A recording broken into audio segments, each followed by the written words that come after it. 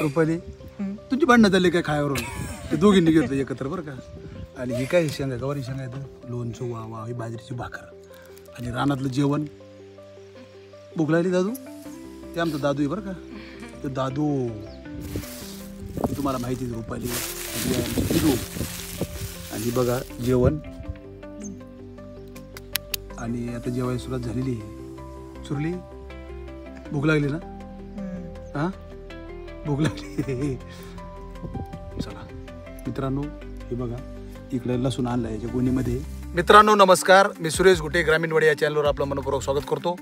मित्रांनो आज आहे ना पावसाने पुन्हा सुरुवात केलेली आहे. खुरपणीचं काम चाललंय.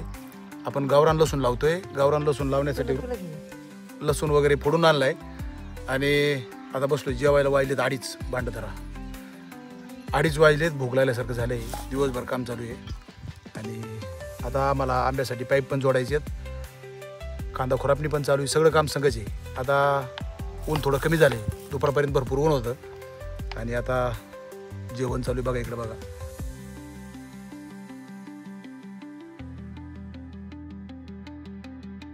रुपाली तुझी भांडणं झाली काय खायावरून ते दोघींनी घेतलं एकत्र बरं का. आणि ही काय शेंगा गवारी शेंगा येतं लोणचं वा वा ही बाजरीची भाकर आणि रानातलं जेवण. भूक लागली दादू ते आमचं दादू आहे बरं का. ते दादू तुम्हाला माहिती आहे रुपाली हिरो. आणि बघा जेवण आणि आता जेवायला सुरुवात झालेली आहे. सुरली भूक लागली ना. हां भूक लागली. चला मित्रांनो हे बघा इकडे लसूण आणला याच्या गोणीमध्ये. इथं सगळं खुरपायचं साहित्य. खत टाकले कांद्याला आत्ताच आणि सकाळी इथं काकरेपाळी घालून घेतलं होतं. एक आले तर उद्या रान ओढून व्यवस्थित करून एवढ्याच्यात लसूण लावायचं आहे. पूर्ण गावरान लसूण इकडे बघा पलीकडे दिसतंय का तुम्हाला. हा पूर्ण गावरान लसूण आपण पूर्ण महाराष्ट्रभर देणार आहे पुढच्या वर्षी म्हणजे ह्या वर्षी. आणि रेट पण चांगले राहणार आहे. तर मला असं वाटतं आपण याला सगळं शेणखत टाकणार आहे एवढ्या रानामध्ये आणि ते तुमच्यापर्यंत पोहोचवणार आहेत. म्हणजे मला असं वाटतं आजपासून काळाची गरज आहे. तर मित्रांनो हे तुम्हाला जे क्षेत्र दिसतंय ना हे 7-8 गुंठे क्षेत्र आहे. म्हणजे 10 गुंठे 10 गुंठ्यामध्ये आपल्याला लसूण लावायचं आहे गावरान. आणि माझ्या हिशोबाने भरपूर लसूण निघणार आहे. तर आपण ज्यावेळेस निघल फेब्रुवारी मार्चमध्ये लसूण निघल आणि वाळून देऊ त्याला 1-15 दिवस. त्याच्यानंतर आपण विक्री सुरू करू. कारण एकदम सेंद्रिय पद्धतीचा करणार आहेत आम्ही. तुम्हाला फार खत टाकताना लागवड करताना उद्यापासून याची लागवड होईल. लागवड करताना पण दाखवणार आहे. त्याला कुठलंही केमिकल आम्ही मिक्स करणार नाही. कारण आम्हाला खायचं असते त्याच्यामुळे आम्ही केमिकल काही मिक्स करीत नाही. खास करून लसणाला केमिकल चालत नाही. जर केमिकल खतं टाकले तर त्याचं टिकवण क्षमता फार कमी असते. ते टिकत नाही. त्याच्यानंतर तो मरतो लसूण आहे की नाही. मर जादा होते आणि तो पोषक पण नसतो खाण्यासाठी. मला असं वाटतं लसूण हा आयुर्वेदिक आहे आणि आयुर्वेदाला आपण जर केमिकलने त्रास दिला किंवा केमिकल जर टाकला आयुर्वेदाला तर 100% त्याचं मोठं नुकसान आपल्या शरीरासाठी असते.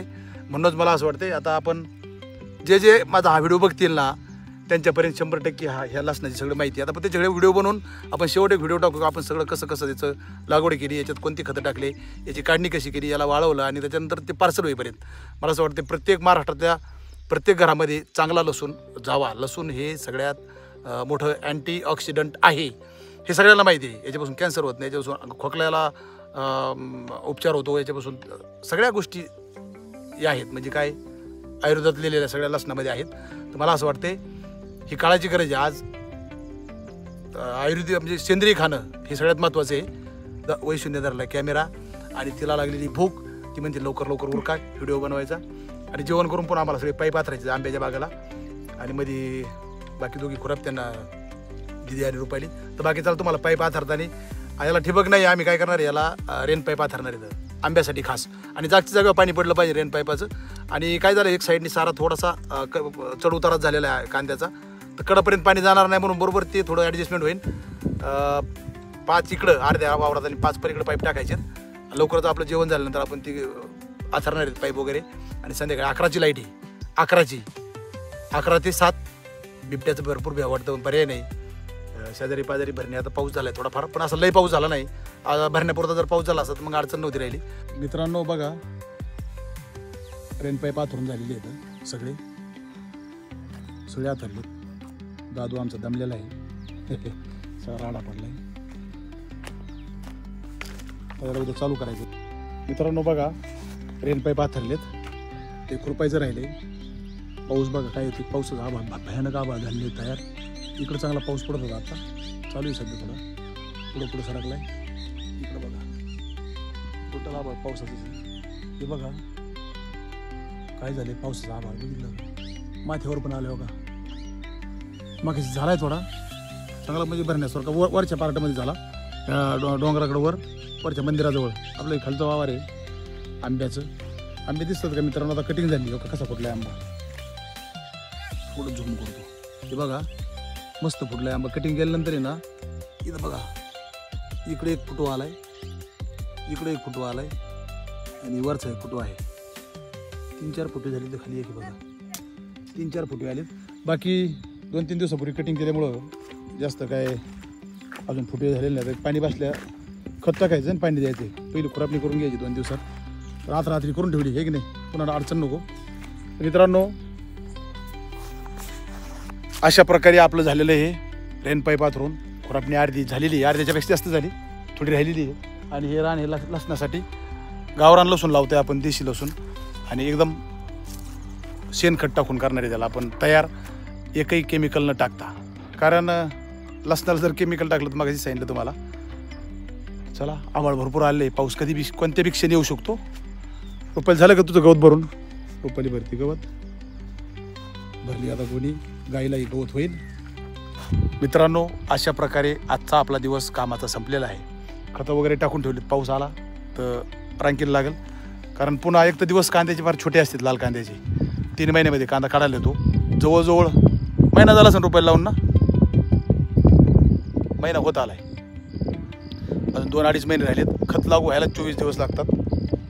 आणि तिथून पुढं काय होईल आहे की नाही, त्याच्यामुळं खतं वगैरे टाकून घेतलेत. आला जरी थोडाफार पाऊस जरी आला भरण्यापुरता, तरी आपला आजचा दिवस ओके होणार आहे. परिंडो झालं का तुमचं? हे बघा थकल्यात आता काय. चल धरा उचला मग कोणी. उठा उठा उठा उठा उठा, पैलवानांनो चलो. कोण तिकडं चाललं का रुपाली गवत? ओके चला, आता निघायचं घराकडं. झालंय उरकलं का? पानवारा सुटलाय रे, चला. पानवारा सुटलेला आहे आणि आता घराकडे अंधार पडलाय बघा. लगेच 5:30 वाजता अंधार पडलाय. व्हिडिओ बनवायचा आहे. काय ठेवायचं तो, काय नाही ठेवायचं इथं. लसूण बेसून आणलेला, लसूण आणलाय ना, तो पण घ्या. थकली आज, दादू थकलाय आमचा. किती दिवस कामाला नव्हती, आता 2-3 दिवस नव्हती ना. आज पुन्हा सुरू झाले काम. वारले लागत असं आता.